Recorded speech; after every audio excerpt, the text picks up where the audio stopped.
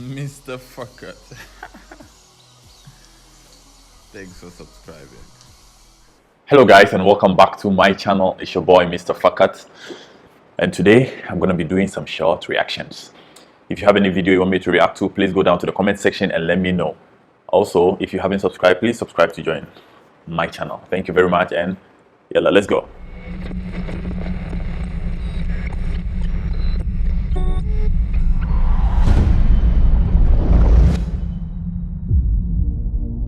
What are we doing here? And where are we gonna go? It's like we just woke up one morning and then it's welcome to the show.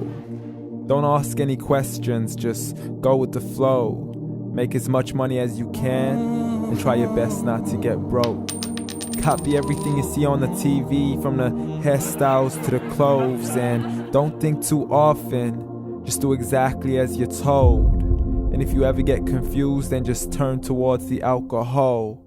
You'll still hear your thoughts, then just turn up the radio as you learn to live a lifestyle of drugs, sex, and rock and roll. But in all honesty, I just need to know, is there more to the cycle than growing and getting old? Living and dying just to leave behind a happy home and a whole lot of property that somebody else is going to own. I just really need to know before the casket's closed, 'cause I'm not willing to gamble with my soul, nor am I ready to take any chances. These are just simple life questions and I'm just searching for some answers.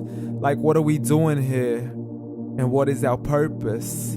How did we get here, and who made us so perfect? And what happens once we go, or is this world all really worth it? Questions we don't answer because apparently we don't really have to. There's no purpose to this life and our existence is merely natural. Then in that case, please let me ask you, did you create yourself, or was it somebody else who had fashioned you? 'Cause you're a being that's impeccable, faultless and unparalleled. You're a product of supreme intelligence and I'm merely being rational. For there isn't a camera on this earth that can come close to the human eye, nor a computer that can compete alongside the human mind. And if the whole world was to come together, we wouldn't be able to create a single fly. So many signs, yet we still deny. As science tries to justify that all this could come from none, when it's a simple sum. 0 plus 0 plus 0 cannot possibly ever give you 1. So from where did all this order come? But everything has its origins, a maker, a creator of its own. I mean, the only reason you're watching this video is because somebody had to press upload. So we can believe in the Big Bang, but I'd rather believe in He who caused it to explode. Allah, the creator of everything along with every single soul. The ever-living, the master, the only one who is in control. Unlike his creation, beyond our imagination. And no, he's not a man, nor does he have any partners in association. He's on his own. And no, he did not ever leave us alone. Just like every manufacturer, he left us with an instruction manual. The Quran and Islam, and I'm sorry to jump to conclusions, but it's the only one possible. The only definition of God is the one and only supreme being. It's logical, a book with 0 contradictions, with miracles that are both scientific and historical, all revealed over 1400 years ago. Like the detailed description of the human embryo. The descriptions of the human embryo in the Quran cannot be based on scientific knowledge in the 7th century. To the mountains as pegs holding firm the earth below, and the 2 seas that don't mix in a complete separate flow. To the planets in orbit, alternating night and day as they stay in flow. The expansion of the universe and the creation of everything from H2O.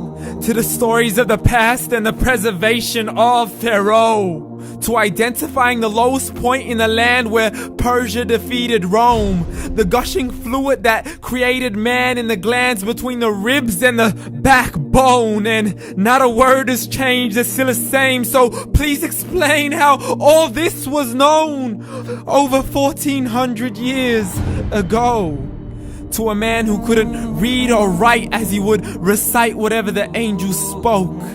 And if you still don't believe, please try to come up with something that's even close. But you can't, so we took God as a mockery and his messengers as a joke. Muhammad could not read or write.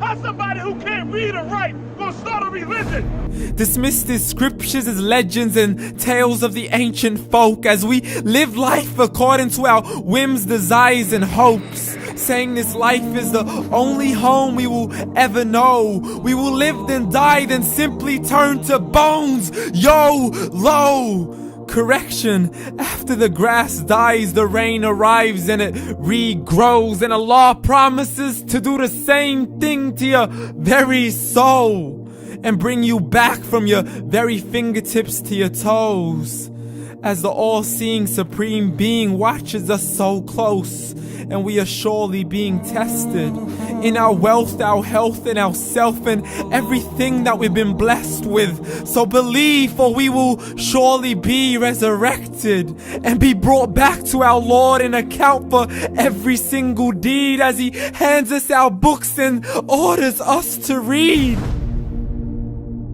From the bad to the good and everything in between. You yourself are sufficient for your own accountability, so don't be mad at me. You are the one who thought he wouldn't come back to me. I gave you a whole life long to search after me, but you were busy in all that which was temporary. So read, and glad tidings to all those who believed. And if you disbelieve, read.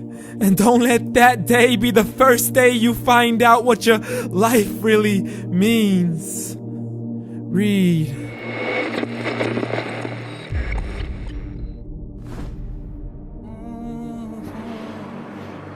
This is what I believe.